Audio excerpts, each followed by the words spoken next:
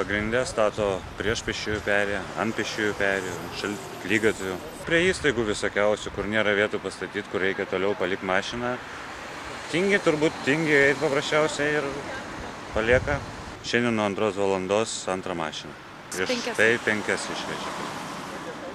Tai pagrinde stato geresnės mašinas. Kuo brangesnė mašina, to jinai numetama bile kaip. Vos nei parduotuvė, nei vidų pastato.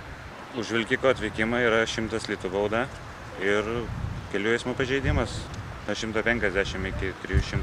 Aikštelėje prastovi 2 litai valandą.